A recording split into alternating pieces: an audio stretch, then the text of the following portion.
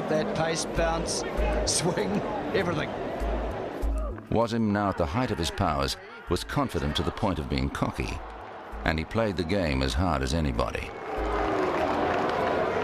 The 1992 World Cup final in Melbourne was a personal triumph for Wasim. Pakistan had made a reasonable fist of setting a target for England to chase, but it was the final flurry from Wasim that was the icing on the cake, if you like. It changed a scoreline from, say, 220 to 250. Hit that straight, that could be 4 more. The run-off coming around won't get it. Superb stroke. When England batted, Wasim got both of them out immediately.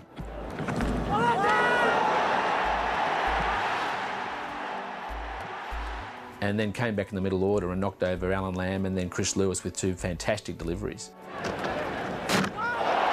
a great delivery, left arm round the wicket. Alan Lamb has been cleaned up. Subtract Lewis from that list. Wasim Akram is on a hat-trick. Yeah, it's 2 of the best balls that you ever want to see, and particularly the World Cup final. There's no bigger moment to produce your best, and he was capable of doing that. This was one of the great match-winning performances you've ever seen. Pakistan could easily have tried to contain England at the time. Well, Imran and Wasim Akram didn't do that. They decided to bowl them out.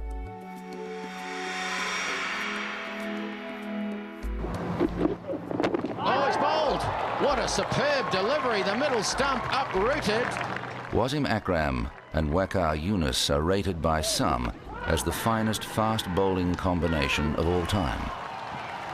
In early 1993, the 2 Pakistani quicks pulled off a stunning victory in New Zealand. The most devastating that I have seen when 2 bowlers came and really redefined the art of bowling with the old ball.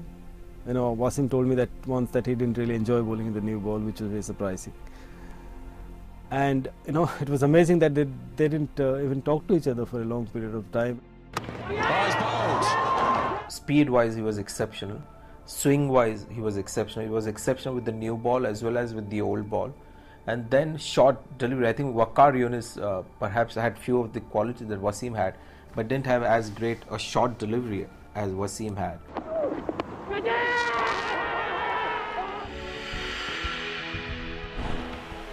Shortly after the New Zealand Test, Wasim replaced Javed Miandad as Pakistani captain. His incumbency began badly. Within a few months, Wasim's first stint as captain was over. They change captains, every strange cycle of the moon, don't they? But when he's been in charge, they've been a very competitive unit. He's been captain of Pakistan 3 or 4 times. It depends who's in charge in the administration as to who they pick as their captain. 93, I remember Javed Miandad got sacked as a captain, and I was 24 years old. No prior experience of captaining any side, even in first class level. And of course you can't refuse it. I said I'll take it. But I was too young. I made some mistake. I was under pressure on the West Indies tour. My vice captain was Waqar Younis, one of the greatest bowlers of all time, but he was also very young and naive. I mean, he never was on time on the tour. I used to get frustrated. Javed Miandad, Ramiz Raja, the senior players, Salim Malik, they were hardly any help at the time. The intricacies of Pakistani cricket politics meant the captaincy changed hands throughout the late 90s. Wasim became captain for a 4th time in 1998, as Pakistan enjoyed a successful year. When I became captain again, I was much calmer. I knew how to look after the individuals. Every individual was same. I have to treat them according to their mental strength. That's what I picked up after 96. So that's why our team was very successful.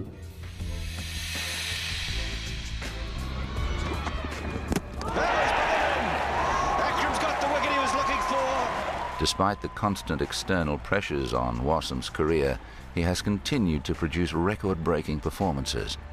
Wasim Akram, I think, holds the record for the highest score by a player batting at number 8 in Test match cricket. 257 not out in a Test match against Zimbabwe at Shikapura.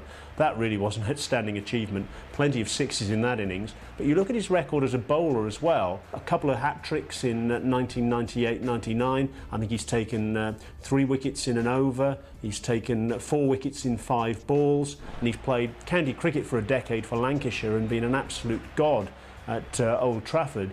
It really is a remarkable achievement to have stayed at the top level for as long as he has, particularly when you bear in mind that in the latter part of his career he suffered from diabetes and he was able to overcome that and still retain his abilities as a top-class performer.